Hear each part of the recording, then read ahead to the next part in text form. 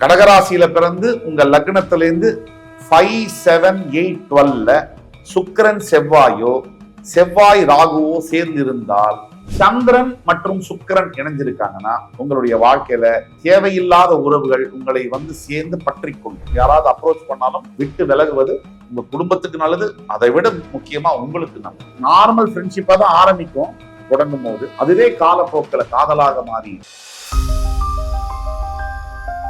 நண்பர்களே, இந்த புத்தம் புதிய காணொலியில் உங்கள் அத்துணை பேரையும் வரவேற்பதில் மிக்க மகிழ்ச்சி கொள்கிறேன். இன்றைக்கு நம்ம பார்க்க போகின்ற ராசி கடகம். என்ன தலைப்பு? ரொம்ப சுவாரஸ்யமான தலைப்பு. சுவாரஸ்யம்னு ஒரு பக்கம் சொன்னாலும் மிகவும் கவனமாக இருக்க வேண்டிய ஒரு தலைப்பு.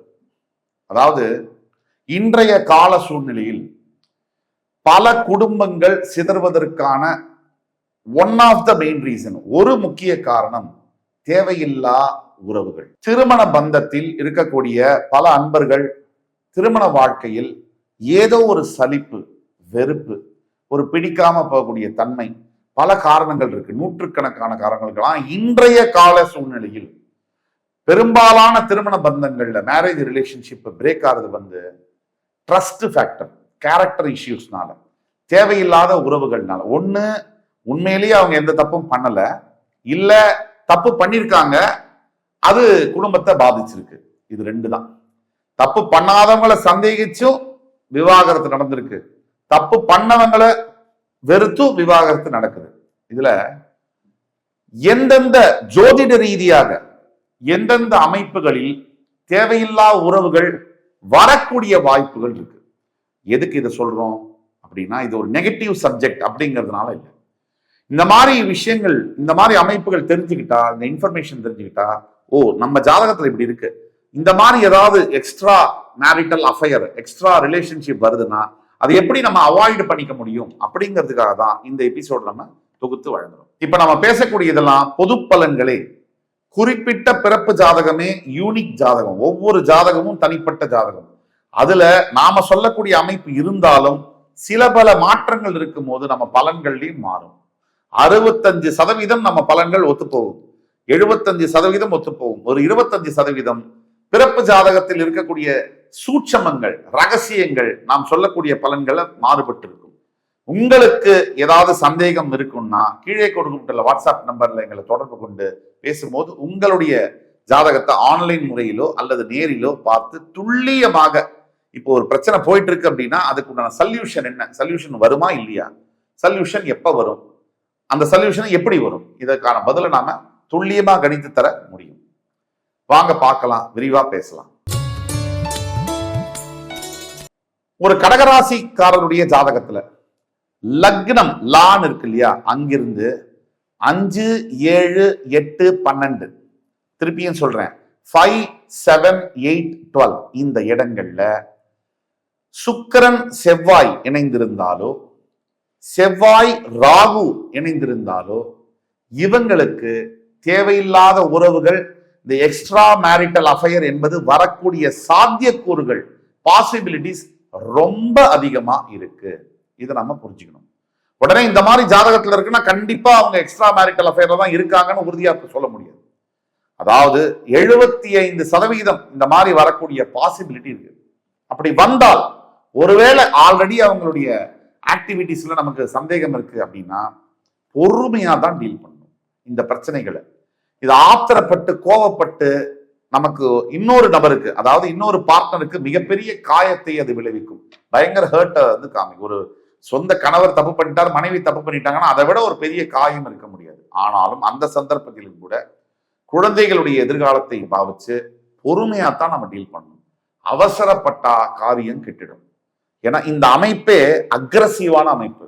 இந்த மாதிரி அமைப்பு இருக்கக்கூடியவர்களுடைய வாழ்க்கையில அவங்கள மட்டும் இல்ல, அவங்களை சுத்தி இருக்கிறவங்களையும் பாதிப்புகளை ஏற்படுத்தக்கூடிய வாய்ப்புகள் இருக்கு. இது ஒரு அமைப்பு. கடகராசியில பிறந்து உங்க லக்னத்திலேருந்து 5, 7, 8, 12 சுக்கிரன் செவ்வாயோ செவ்வாய் ராகுவோ சேர்ந்து இருந்தால் தேவையில்லாத உறவு உங்களை அப்ரோச் பண்ணக்கூடிய வாய்ப்புகள் இருக்கும் போது நீங்க ஜாக்கிரதையா இருந்துக்கணும். அதுக்காக தான் நம்ம சொல்றோம், கவனமா இருக்கணும். அதே மாதிரி நீங்க கடகராசி உங்க லக்னத்திலேருந்து பிறப்பு ஜாதகத்துல 7ஆம் இடத்துல ராகு மட்டும் தனிச்சிருந்தாலோ அல்லது சுக்கிரன் ராகு சேர்ந்து இருந்தாலோ இந்த தேவையில்லாத தொடர்புகள் வரும். ஒன்று, உங்களுக்கு உங்களுடைய ஒரு ஒரு என்ன சொல்றது ஒரு ஒரு ஒரு உங்களுடைய வாழ்க்கை முறைக்கு சம்பந்தம் இல்லாத நபருடைய தொடர்பு, உங்களுடைய ஒரு ஒரு என்ன சொல்றது உங்களுடைய ஒரு ஒரு தரம் இருக்கும், நீங்க ஒரு தரத்துல இருப்பீங்க, அதற்கு சம்பந்தம் இல்லாத ஒரு நபருடைய தொடர்புகள் வரக்கூடிய வாய்ப்புகள் உண்டு. இதை நீங்க கவனமா இருக்கணும். இந்த மாதிரி சமயங்கள்ல சந்தர்ப்பங்கள்ல நீங்க ஒரு ஆண் கடகராசி அன்பர்னு வச்சுக்கோங்க. உங்க சுய ஜாதகத்துல உங்க லக்னம் இருக்கிற இடத்துல இருந்து 7ஆம் இடத்துல ராகு தனிச்சிருந்தாலோ சுக்கிரன் ராகு சேர்ந்து இருந்தாலோ ஏதோ ஒரு உங்க தரம்க்கு சம்பந்தம் இல்லாத ஒரு பெண் வந்து உங்களை தொடர்புக்கு கொள்ள முயற்சி பண்ணுவாங்க, உங்களை வந்து அணுக முயற்சி பண்ணுவாங்க.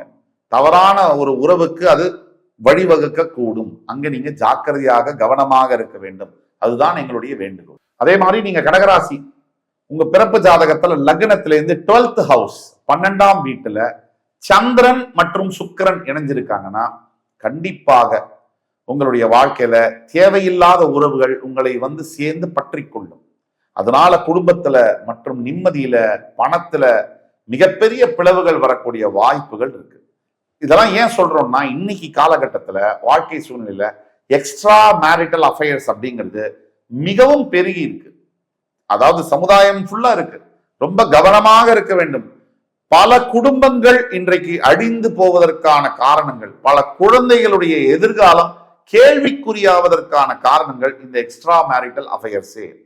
இதை நீங்க ஜாக்கிரதையா அணுகலைன்னா பெண்ணாக இருக்கட்டும், மனைவியாக இருக்கட்டும் அல்லது கணவனாக இருக்கட்டும், 2 பேருமே ஆப்போசிட் பார்ட்னர் தப்பு பண்ணாலும் சரி, நீங்க தப்பு பண்றதுக்கு முன்னாடி உங்களை நீங்க கரெக்டா வச்சுக்கோங்க. ஆப்போசிட் பார்ட்னர் தப்பு பண்ணிட்டாங்கன்னா ரொம்ப கவனமா அதை நீங்க டீல் பண்ணணும். குழந்தைகளுடைய வாழ்க்கையும் அனுசரிச்சு இதை மாற்ற முடியுமா அப்படின்னா ஒண்ணு அதை மாத்திரணும், அதை திருத்திடணும், அந்த தப்பை திருத்திடணும், மன்னிச்சிடணும்.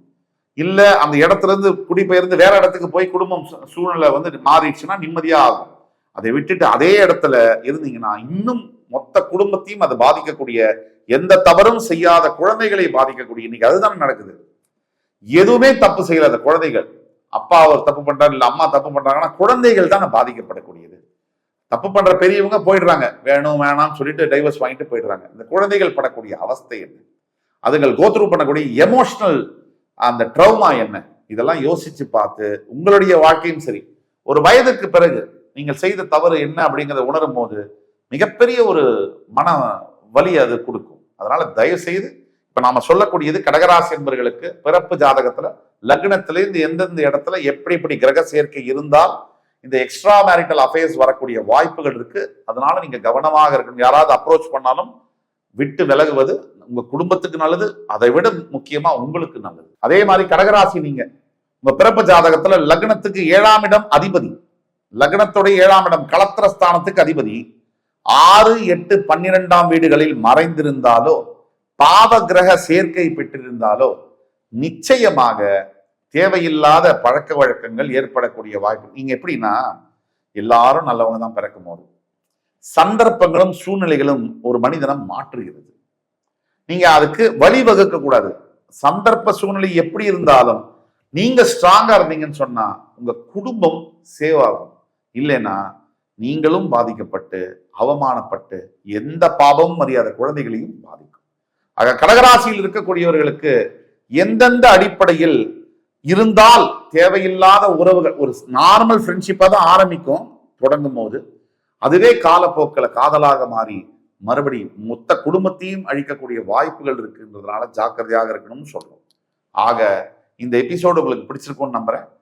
இதுல ஏதாவது சந்தேகம் இருந்தாலோ கீழே கொடுக்குற வாட்ஸ்அப் நம்பரை எங்களை தொடர்பு கொண்டு ஆன்லைன் அப்பாயின்மெண்ட் இல்லை இன்பர்சன் அப்பாயின்மெண்ட் வாங்கிட்டு நீங்க பாத்தீங்கன்னா அக்யூரேட்டா உங்களுடைய லைஃபை எப்படி சேவ் பண்ண முடியும், ரெமெடிஸ் என்ன அப்படிங்கிறத சொல்ல முடியும். இந்த எபிசோடு உங்களுக்கு பிடிச்சிருக்கும்னு நம்புறோம். மறுபடி வேறொரு தருணத்தில் உங்களை அத்தனை பேரையும் சந்திக்கும் வரை உங்களிடமிருந்து விடைபெறுவது உங்கள் சுபாஷ் பாலகிருஷ்ணன். நன்றி, வணக்கம், வாழ்க வளமுடன்.